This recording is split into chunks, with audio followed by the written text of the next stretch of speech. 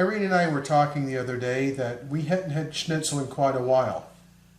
So we decided we'd go ahead and cut up some of the pork chops that we butchered into pork that was appropriate for schnitzel. First, what I'm going to do is remove the fat that's on the outside of the pork chop.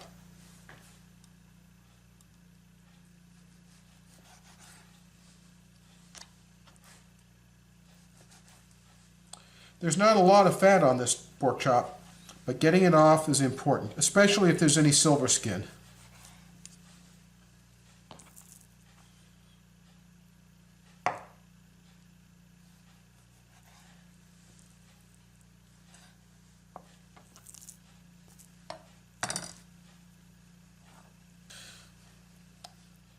So I've removed the silver skin and the fat that's on the edge of this pork chop. What I'm going to do now is cut right down the middle, or as close to down the middle as I can.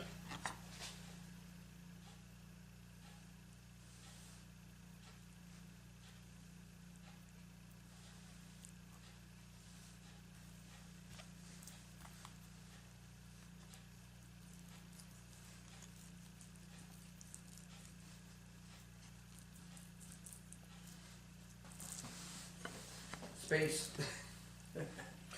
The final frontier. Really. Doesn't matter how big your kitchen is, you always need more. Now to make schnitzel, you need to pound the pork very thin. What I'm using here is some cling wrap.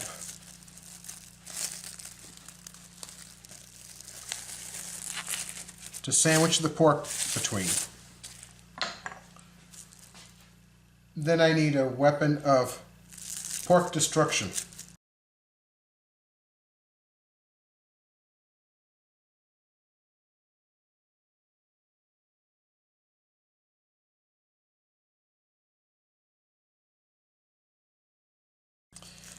What I'm going to do now is I have several small pieces that I cut off from those pork chops that aren't quite the right size for schnitzel. Well, maybe. But it turns out that schnitzel is schnitzel. One advantage to using some sort of a cling wrap when you do this is that if you're going to freeze it, which we often do, you could just put these in wrapped up in their little cling wraps, and that way they don't stick together in the freezer. And so this one isn't quite thin enough yet. I flipped it over and I'm going to pound the other side. You know, when we were in Germany, we had a piece of schnitzel that covered a large plate. It was delicious and it was tender. I think this is going to be tender too. Not quite thin enough, so I'll do a little bit more. You don't want to be making the meat have holes in it. You want to keep it all together. So the trick is to not pound it so much that it starts coming apart. That feels about right. I think we'll go ahead and start making some schnitzel now. Okay, this part of the gig is mine. I learned to make schnitzel as a kid. My mom made it. It was a special treat because it's a little labor intensive, but not ridiculously so. And I think the flavor is more than worth it.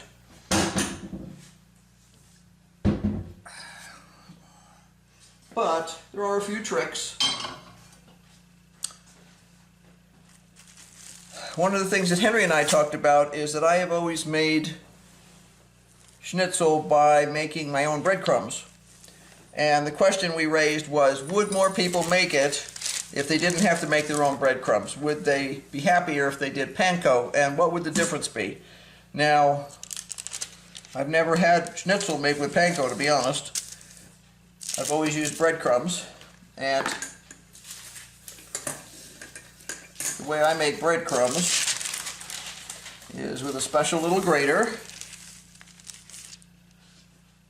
And I just literally, it's a piece of white bread. We almost never buy white bread. I actually, when Henry went to the grocery store today, I said, buy white bread. We usually do some sort of, not super dark bread, but something a little healthier. But I've got this cool little grater. It's called a Maui grater. And it just makes little bitty crumbs. Now, I'm sure there's lots of other ways you could do this. If you have stale bread, this isn't stale, this came right from the grocery store, you can use a regular cheese grater, but all you need is a nice layer like that of crumbs. And when you get a big piece that flops out like that, just stuff it back in there. That used to be my favorite thing, to steal those little pieces when I was a kid. But they are in the way as an adult. Okay, so we need crumbs. We need 1 egg and some milk.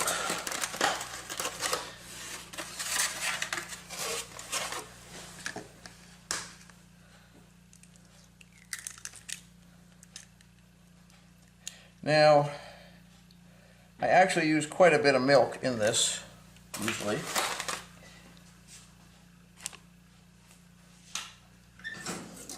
And I use my favorite fork, because everyone needs a favorite fork. I've had this fork forever. It's my favorite fork for cooking with.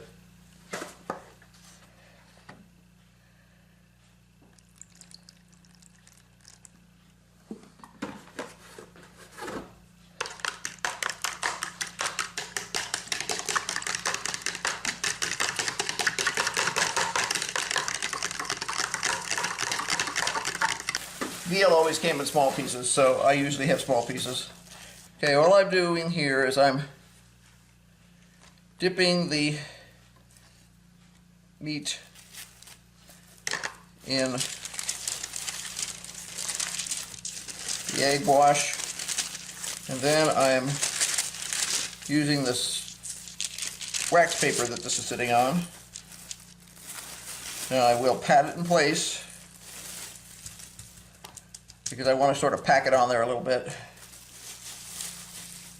And then I shake it off, because my goal is to have a good layer, but not to have it totally encrusted on there. So it's sort of a fine line. I have had some schnitzel that was really, really packed with crumbs. I do not add anything to my crumbs. Some people prefer to add something. I don't. And purely your own taste. I find that things like parsley and stuff, we call it shrubberies, are overused. I'm not that fond of such things in this. The whole point of this is sort of the purity of the flavor. You're going for a mild, butter encrusted bread thing, which just happens to have pork inside it. Okay, so I have 2 ready, and now I need to move to the stove. Okay, what I'm going to do is I'm going to take some olive oil, and I'm going to pour a generous quantity. This is not deep frying, but it is sort of shallow frying. I don't want to call it sauteing really, and it requires butter. What you're doing here is you're actually sort of stretching the butter by using olive oil. You don't need the entire thing to be butter.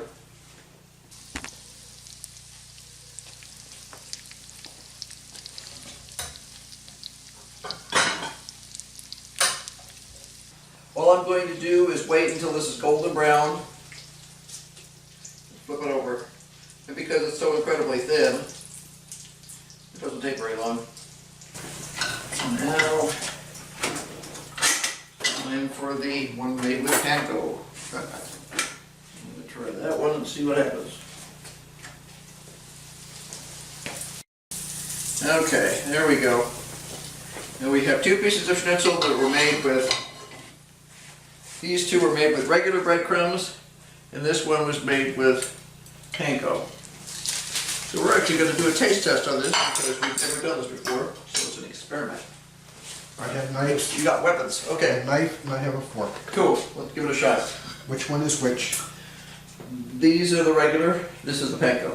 Okay, I'll give you a piece of the regular first.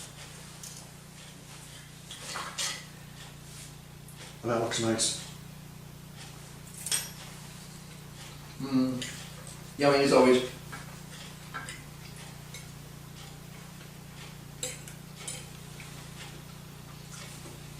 Ready to try it? Ready to try it. There's a nice crunch to it. Mm-hmm.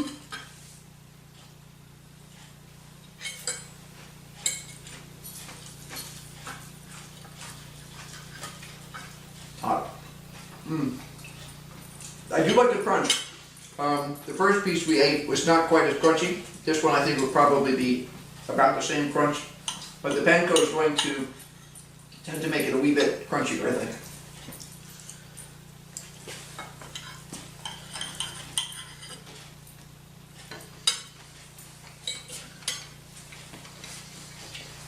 Yeah, when you cook the breadcrumbs a little bit longer, you can see that the first one I cooked was a little less brown than the second one.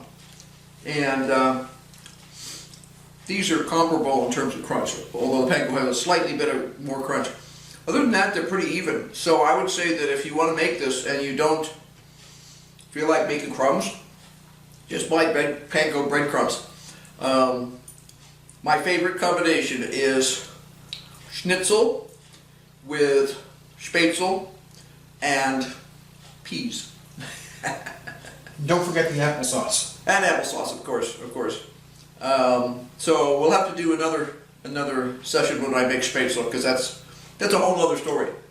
But I would say this is a success. I think we're going to stop now and eat dinner. Thanks for watching. I hope you enjoyed and got something out of us making some schnitzel. It's fun, it's pretty easy, a little messy sometimes. That's why I use the cling wrap. It helps control the mess. Yep. See you next time. Thanks for watching.